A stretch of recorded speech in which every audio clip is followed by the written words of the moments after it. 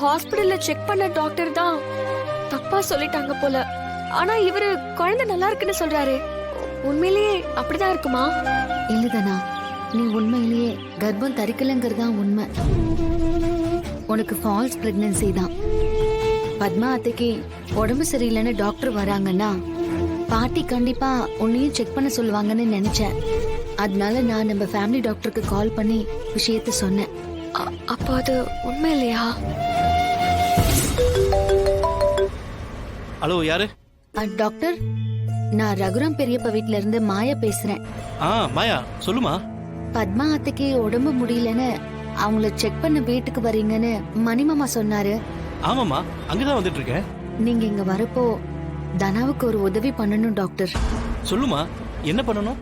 ஒரு 2 நாளைக்கு முன்னாடி தனா மயக்கம் போட்டு விழுந்துட்டா. வைத்தியச்சி நாடி பார்த்து அவ பிரெக்னெண்டா இருக்கிறதா சொன்னாங்க. அதை கேட்டு வீட்ல எல்லாரும் சந்தோஷப்பட்டாங்க. திடீர்னு அவளுக்கு வயிறு வலிக்குதுன்னு பக்கத்துல இருக்கிற ஒரு லேடி டாக்டர் கிட்ட கூட்டிட்டு போனேன். அவங்க ஃபால்ஸ் பிரெக்னன்சின்னு சொல்லிட்டாங்க. ஆனா அத வீட்ல யார்கிட்டயும் சொல்ல முடியல. நாங்க கொஞ்ச நாள் கழிச்சு சொல்லிக்கலான்னு முடிவு பண்ணிருக்கோம். இப்ப நீங்க வீட்டுக்கு வந்தா பாட்டி தனாவை செக் பண்ணி சொல்லுவாங்க. அப்போ அவ பிரெக்னண்டா இருக்கா, சைல்டு growth நல்லா இருக்குன்னு சொல்லணும், அதானே? ஆமா டாக்டர். ஒரு நல்ல விஷயத்துக்காக போய் சொல்றீங்க. சொல்றேன், ஆனா நாளைக்கு என்ன சிக்கல்ல மாட்டி விட மாட்டீங்கல்ல?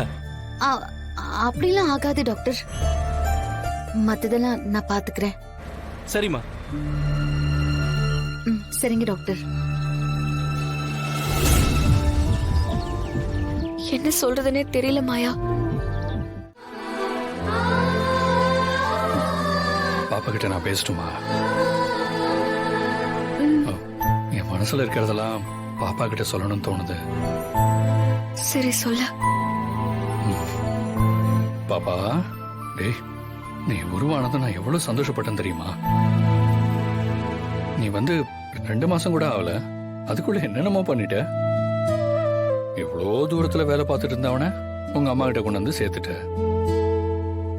எங்க மேல கோவமா இருந்த தாத்தாவோட மனசையும் மாத்தி அவரோட வீட்லயே தங்க வச்சுட்ட. ஐயோ கடவுளே, வயித்துல இல்லாத குழந்தைகிட்ட இவ்வளவு ஃபீல் பண்ணி பேசுறானே, நான் என்ன பண்ணுவேன்? இதெல்லாம் நினைச்சு சந்தோஷப்படுறதுக்குள்ள கூடவே ஒரு பிரச்சனையும் வந்துருச்சு.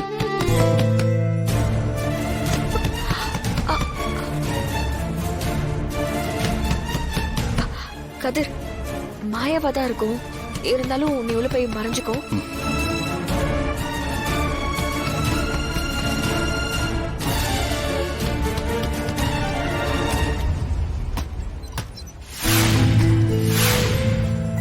வாங்க.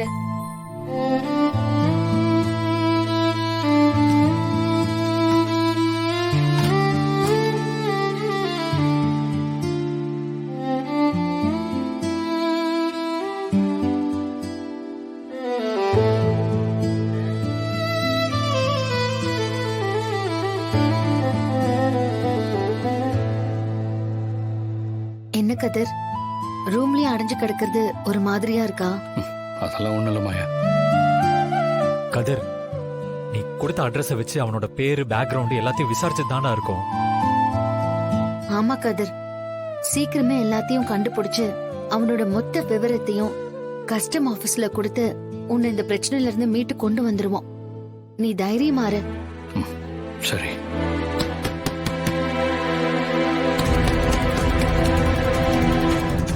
ஐயோ, யாருன்னு தெரியலையே.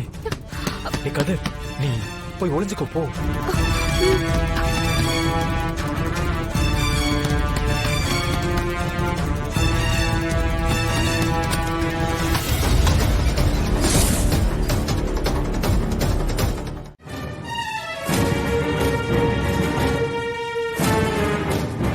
இந்தா பாலை குடி. குங்குமப்பூ போட்ட பாலை குடுக்க சொன்னாங்க, குடி.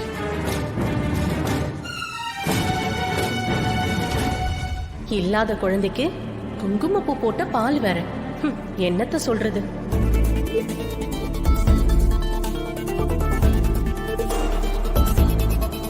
என்ன நீங்க 2 பேரும் எதுக்காக இவகிட்ட அரட்டை அடிச்சிட்டு இருக்கீங்க?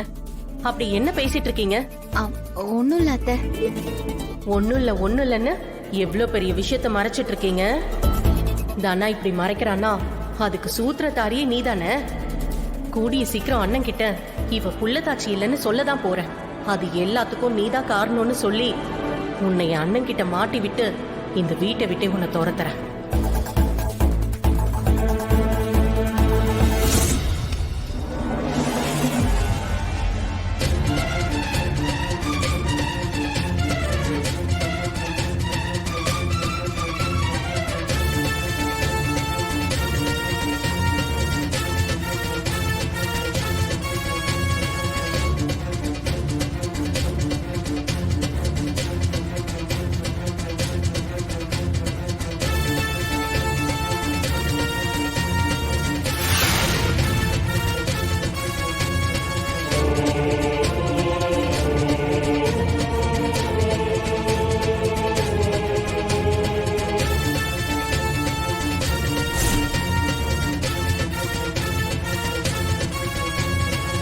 எதை பேசுறதா இருந்தாலும் கதவை திறந்து வச்சுட்டு பேசுங்க.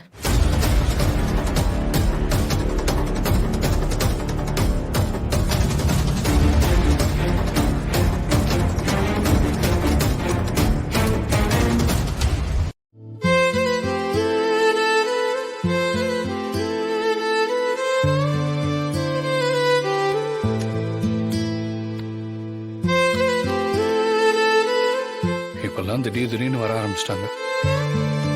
நான் இங்க மறைஞ்சிருக்கிறது மாமாவுக்கு தெரியக்கூடாது மாயா. எப்படியாச்சும் இந்த பிரச்சனையில இருந்து என்ன வெளியே கொண்டு வாங்க. கண்டிப்பா கொண்டு வந்துருவோம் கதிர். சரி, நீங்க ரெஸ்ட் எடுங்க, நாங்க வரோம். வா. பாத்துக்கோ.